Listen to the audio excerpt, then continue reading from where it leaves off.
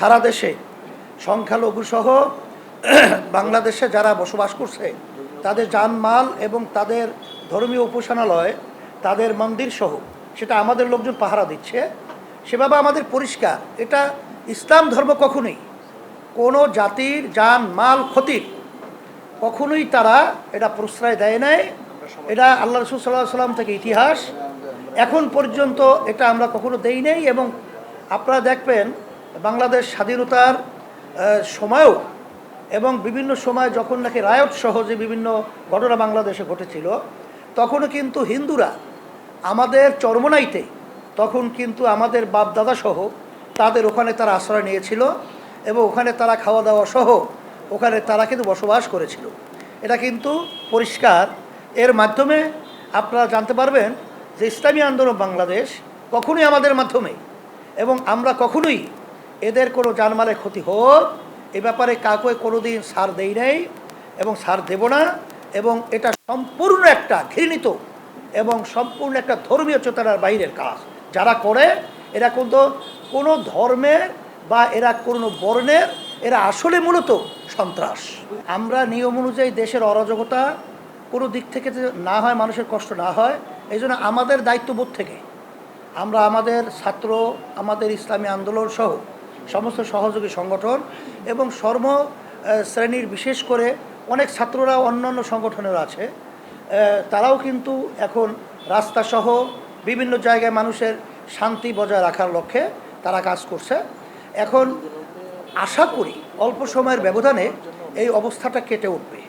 এই জন্য পদক্ষেপ সেনাপ্রধান সহ, প্রেসিডেন্ট সহ এবং যারা নাকি রাজপথে আন্দোলন করেছিল সবাই আমরা সজাগ সোচ্চার এ ব্যাপারে আছি। এখানে আমরা একটা কথা বলছি, যারা নাকি দুর্নীতিবাজ, যারা নাকি অশান্তি এবং হত্যাযজ্ঞের সাথে জড়িত, এই ধরনের রাজনীতি করারই তাদের অধিকার নাই, সে আওয়ামী লীগই হোক বা অন্য কোনো দলেরই হোক। এটা আমরা নৈতিক কথা কিন্তু আজকে আপনাদের মাধ্যমে আমরা এই কথাটা কিন্তু জাতির সামনে সর্বত্র আমাদের অবস্থানটা পরিষ্কার করেছি। এখানে আওয়ামী লীগ বর্তমানে যে তাদের কার্যক্রমগুলো এবং এই 16 বছরের তাদের কার্যক্রমগুলো দেশ বিদেশে সর্বত্র আন্তর্জাতিকভাবে তাদের ব্যাপারে কি কথাগুলো এসেছে এটা আপনাদের সামনে পরিষ্কার।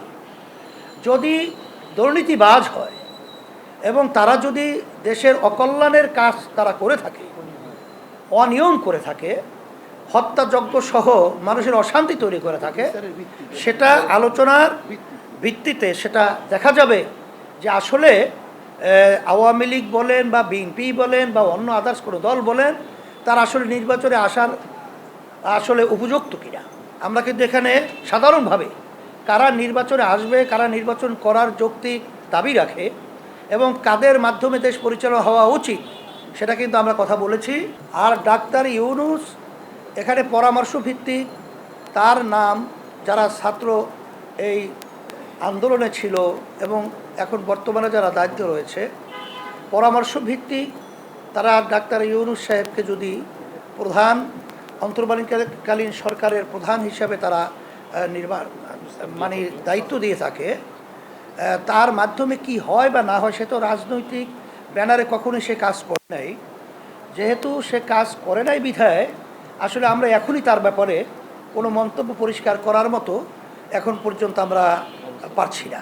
এটা আমরা দেখব যে আসলে আমরা যে সরকার আসবে এখন তো আমরা তাদের ব্যাপারে জানি না বিধায় এখন তো অসমর্থনের কথা এখানে আসার সুযোগ নেই। সমন্বয়কদের সাথে কথা হয়েছে, তাদের সাথে কথা হয়েছে। আমরা কিন্তু বঙ্গভবনে প্রেসিডেন্টের ওখানে আমাদের কথা বলে আসছি।